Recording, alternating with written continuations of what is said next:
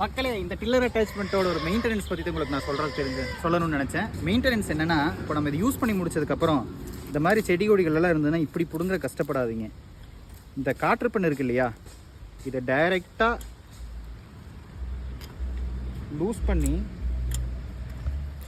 எடுத்திங்கன்னா இந்த கிளிப்பு தனியாக வந்துடும்.